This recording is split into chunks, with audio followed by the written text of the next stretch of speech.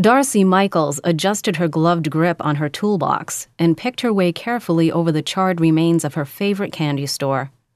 Around her, firefighters moved through the smoldering ruins, checking every crevice and corner to be certain the fire was completely extinguished.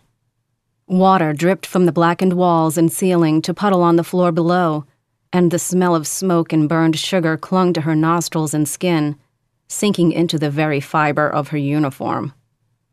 "Third one in as many weeks," James Ralston muttered behind her.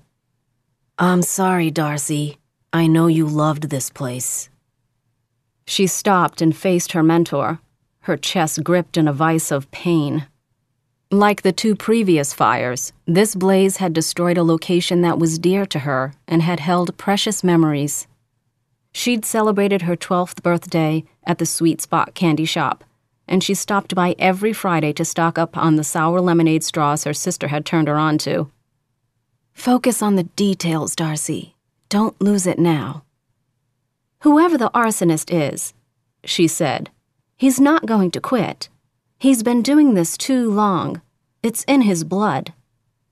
The frequency of the acts and the terrible brilliance of the timed delay incendiary devices being used spoke of someone who'd had time to perfect his madness. She couldn't help feeling violated, despite knowing how irrational that response was. As much as she'd wanted to leave Lions Bay as a kid, she couldn't even contemplate abandoning the sleepy seaside town now. The same memories that had driven her parents to move away kept her bound to the area. "I don't know what to make of it." Jim's forest green eyes were warm with compassion and intent on her face. "We don't have any new residents, and it's the off-season. Tourism is down. Anyone not from around here sticks out like a sore thumb." She turned in a slow circle, her trained gaze following the burn patterns he'd taught her to read.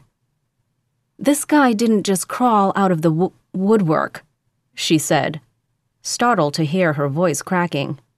She cleared her dry throat. "I think we need to bring the big guns in on this." "Miller's doing a good job. He's meticulous and thorough." He touched her elbow lightly. "You don't want to be the one who steps on his toes." Darcy nodded, acknowledging the sensitive nature of her relationship with the town's sheriff.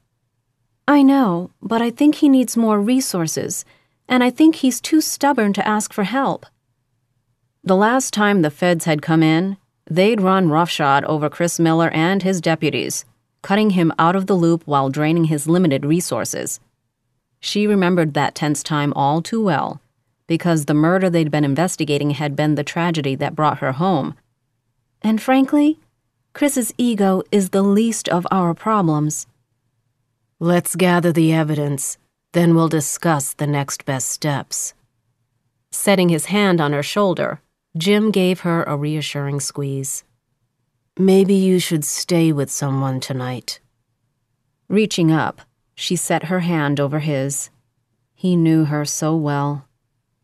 She wanted a particular kind of support, the kind where someone was nearby if she needed them, but out of her way if she wanted time to just retreat with her thoughts. Her gaze met Jim's and he read her mind. "My couch is always open to you, Darcy. You know that." She nodded. "Thank you." "Anytime." Turning away, Darcy looked for a place to set down her kit and begin.